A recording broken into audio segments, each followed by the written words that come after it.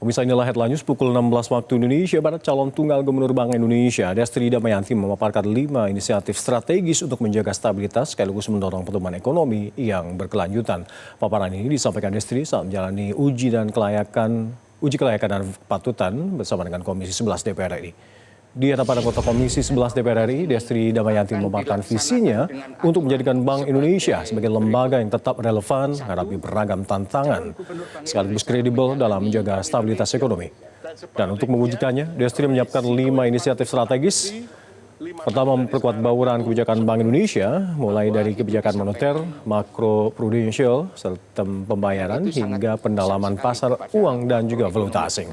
Kedua, melakukan refocusing dan revitalisasi kebijakan lalu lintas devisa, termasuk memperkuat pengawasan berbasis digital. Ketiga, memperluas inklusi ekonomi dan keuangan, termasuk penguatan ekonomi dan keuangan syariah sebagai salah satu penggerak pertumbuhan ekonomi tanah air. Selanjutnya, Destri juga menekankan pentingnya penguatan tata kelola dan inovasi di internal Bank Indonesia agar sejalan dengan mandat dan tantangan yang semakin besar. Inisiatif kelima adalah memperkuat sinergi merah putih yang menjadi benang merah dalam berbagai kebijakan Bank Indonesia. Destri menegaskan Bank Indonesia tak bisa bekerja sendiri dalam menjaga stabilitas dan mendorong pertumbuhan ekonomi. Menurutnya, sinergi antara Bank Indonesia, pemerintah, dan seluruh pemangku kepentingan menjadi kunci menerjemahkan kebijakan menjadi program yang benar-benar dirasakan oleh warga Indonesia.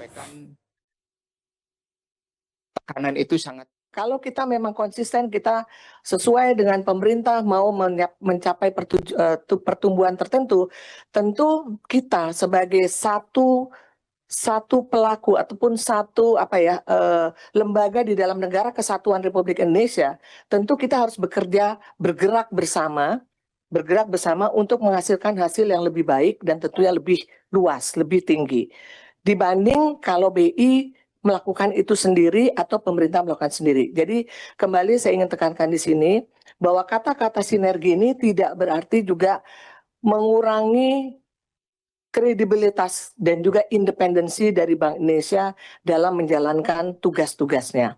Kami akan tetap memegang independensi sesuai dengan yang diamanatkan di dalam Undang-Undang P2SK terakhir 2026.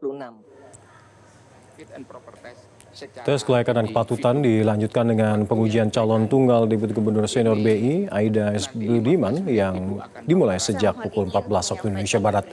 Pada Kamis 27 Agustus nanti fit and proper test akan berlanjut untuk 2 calon Deputi Gubernur BI, yakni Solikin M. Juhro dan Anwar Basori pada pukul 14. Dan nantinya Komisi 11 DPR RI akan mengambil keputusan untuk setiap pengajuannya pada pukul 16 waktu Indonesia Barat pada masing-masing harinya.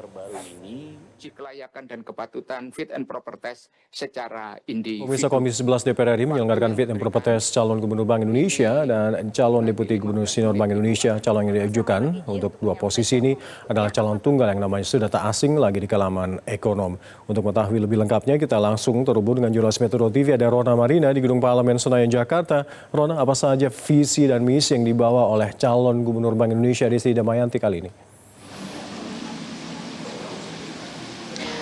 Ya baik, Alka, betul sekali ya, untuk fit and proper test calon pejabat dari Bank Sentral ataupun Bank Indonesia ini masih berlangsung, yang mana pada sore hari ini masih berlangsung fit and proper test bagi calon Deputi Gubernur Senior Bank Indonesia yang merupakan calon tunggalnya ini adalah Aida S. Budiman, di mana untuk calon Gubernur Bank Indonesia ini sudah berlangsung sejak pukul 10 waktu Indonesia Barat tadi, yang mana calon tunggalnya ini adalah Destri Damayanti, dan hal ini pun menjadi penting begitu ya untuk posisi keduanya karena akan saling mempengaruhi arah kebijakan begitu. Dan jika kita perhatikan bersama-sama tadi, Alka, kita melihat bahwa tema yang dibawa oleh Destri Damayanti ini adalah sinergi merah putih untuk kesejahteraan rakyat Indonesia, di mana ia membawa 3 visi dan juga 5 misi yang menekankan pada intinya adalah penguatan stabilitas, kemudian dukungan terhadap pertumbuhan ekonomi, dan juga penguatan sinergi kebijakan.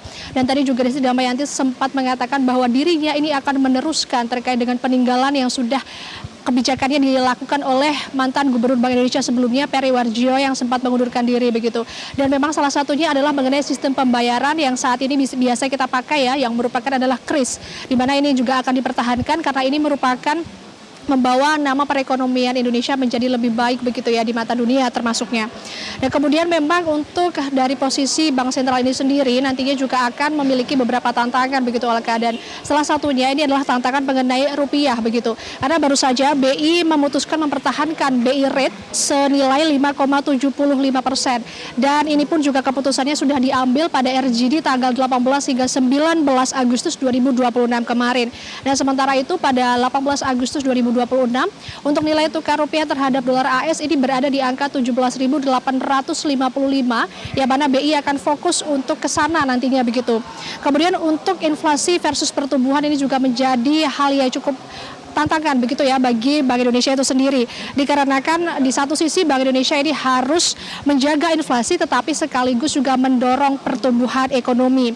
Karena jika kita melihat bahwa inflasi Juli 2026 tercatat 2,88% year on year, sementara BI memproyeksikan pertumbuhan ekonomi 2026 dalam kisaran 4,9 hingga 5,7% begitu. Dan selain itu juga Alka terkait dengan kondisi global yang ini merupakan tidak hanya sebagai tantangan bagi Indonesia saja, namun tantangan bagi seluruh dunia begitu ya, termasuk hal-hal yang sedang dihadapi saat ini tidak sederhana.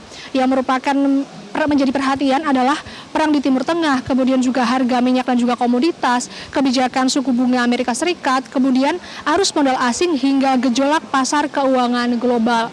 Dan jika kita melihat bersama-sama Alka terkait dengan background dari Desti Damayanti, ia bukanlah seseorang yang baru ataupun bukan nama baru di kalangan ekonom, termasuk di lingkungan dari Bank Sentral ataupun Bank Indonesia ini sendiri begitu ya. Ia juga sebelumnya sempat menjabat sebagai deputi Gubernur Senior Bank Indonesia dari tahun 2019, kemudian sebelum ia melaksanakan fit and proper test bersama Komisi 11 hari ini, Desti Damayanti ini sempat menjadi penjabat sementara pengganti Peri Warjio ataupun Gubernur Bank Indonesia sebelumnya.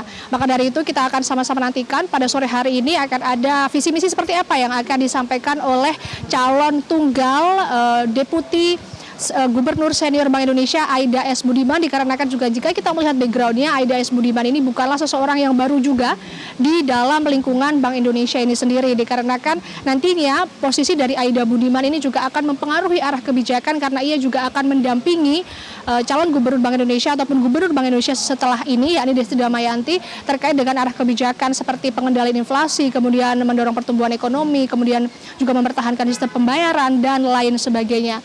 Maka dari itu Alka, bersama-sama kita nantikan terkait visi misi dari Aida Budiman. Demikian Alka dari Gedung Parlemen, kembali ke Anda di studio.